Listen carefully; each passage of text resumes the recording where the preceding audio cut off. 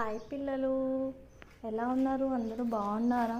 నేను మీ స్పై అక్కని మీకోసం ఇంకొక కథతో రెడీగా వచ్చాను. విందామా? మరి లేట్ చేయకుండా రండి రండి, అందరూ కూర్చోండి.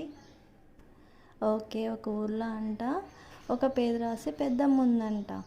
ఆ పెద్దమ్మ ఒక్కటే ఉంటుందంట, తోడెవ్వరు లేరంట. మరేమో ఆ పెద్దమ్మ ఇంటి వెనకాల ఒక రేగిపళ్ళు చెట్టు ఉండేదంట. పెద్ద ఏం చేసేదంటే, పెద్దమ్మ రోజు ఆ రేగిపళ్ళు తీసుకొని పట్నం పోయి అమ్ముకొని వచ్చే డబ్బులతో తింటూ ఉన్నదంట. ఆ రేగిపళ్ళకు ఎక్కువ డిమాండ్ అన్నమాట. ఎంతో రుచిగా ఉంటాయని అలా వెళ్ళంగానే గంప ఖాళీ అయ్యి డబ్బులతో తిరిగి వచ్చేది పేదరాశి పెద్దమ్మ. ఒకరోజు ఏం జరిగిందంటే, మామూలుగానే ఉదయం లేవగానే అవ్వ రేగిపళ్ళ చెట్టు దగ్గరికి వెళ్ళి చూస్తే ఒక్క రేగిపండు కూడా లేదనమాట. అరే, ఏమైనా ఇవన్నీ ఎక్కటి కూడా లేవు, ఏమైందో ఏమోలే, రేపు చూద్దాం అనుకున్నది. అలా 2 రోజులు చూసేసరికి ఏమీ లేవు.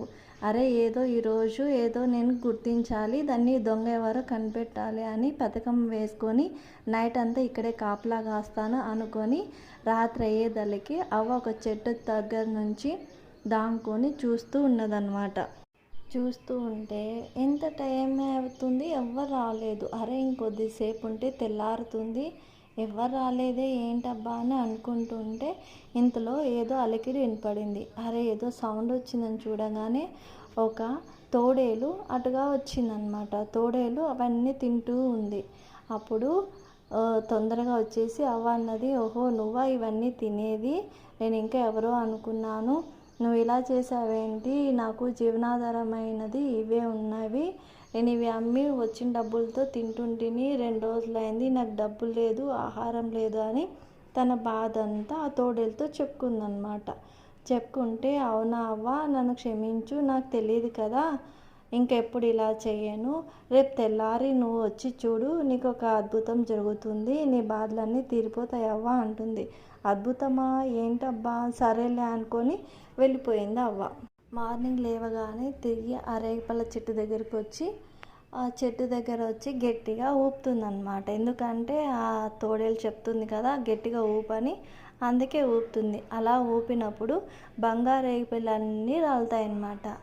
అవ్వ ఎంతో సంతోషిస్తుంది. సరే ఇంకా అని సంతోషంగా గంపలో ఆ రేగిపళ్ళు వేసుకొని బంగారు షాప్ దగ్గరికి వెళ్ళి ఆ రేగిపళ్ళని అమ్మి వచ్చిన డబ్బులతో తను తింటూ దాచిపెట్టుకుంటూ అలా ఉండి కొద్ది రోజులకి అవ్వ పూరి గుడిసె వచ్చేసి మిద్ద అయిపోతుందన్నమాట.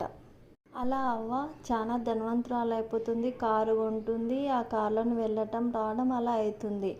ఆ రోజు ఆ రేగిపళ్ళు కొంటాడు కదా, బంగారు షాప్ అతను అడుగుతాడు, అవ్వ, నేను నిన్ను ఒకటి అడగాలనుకుంటున్నాను, ఇన్ని రోజుల నుంచి అడుగుదాం అనుకుని ఎందుకులే అనుకున్నాను, నిజం చెప్పవా అంటాడు. సరే అడుగు నాయనా అంటుంది. అంటే పాపం అవ్వ మంచిది కదండి, ఏమంటుంది, అన్నీ నిజమంతా చెప్పేస్తుంది. ఇలా వచ్చాయి, నాకు ఇలా జరిగింది అని. ఓహో అలానా, సరే అని గొమ్మ ఉంటాడు. తర్వాత తన బుద్ధి మారిపోతుంది. అరే, రోజు అవ్వ డబ్బులతో ధనవంతురాలు అయిపోతుంది, ఈసారి నేను ధనవంతులు అవుతాను, అవ్వకి తెలియకుండా నేనే ఆ రేగిపళ్ళు తీసుకొని అమ్ముతాను అనుకొని ఆలోచన చేసి అవ్వ వాళ్ళ ఇంటికి తెల్లారి వెళ్తాడు. వెళ్ళి ఆ చెట్టుని ఊపుతాడనమాట. ఊపితే ఏమవుతుంది, బంగారు రేగిపళ్ళు కాదు కదా, అన్ని ముళ్ళులన్నీ వచ్చి తన ముఖం వాళ్ళంతా పడి గుచ్చుకొని దెబ్బలతో బాధపడతాడు. అప్పుడు ఏదేంటి, అవ్వకైతే రేగిపళ్ళు పడ్డాయి, నాకైతే ఇలా పడుతున్నాయి అనే లోపల తోడేలు వస్తుంది. ఎందుకంటే నువ్వు స్వార్థంతో వచ్చావు, అవ్వకి ఎవరు లేరు అనుకున్నావేమో, నేనున్నాను, ఇంకొకసారి నువ్వు కానీ ఎవరైనా సరే అవ్వతో ఇలా బాధ పెట్టారనుకోండి, నేను మిమ్మల్ని తినేస్తానని గట్టిగా వార్నింగ్ ఇచ్చి ఆ సేట్ని పంపించేస్తుందన్నమాట. అప్పుడు అవ్వ ఆ యొక్క బిజినెస్ చేసుకుంటూ సంతోషంగా తన జీవనం సాగించింది. పిల్లలు, ఎలా ఉంది పిల్లలు? కథ నచ్చితే సబ్స్క్రైబ్ చేయండి.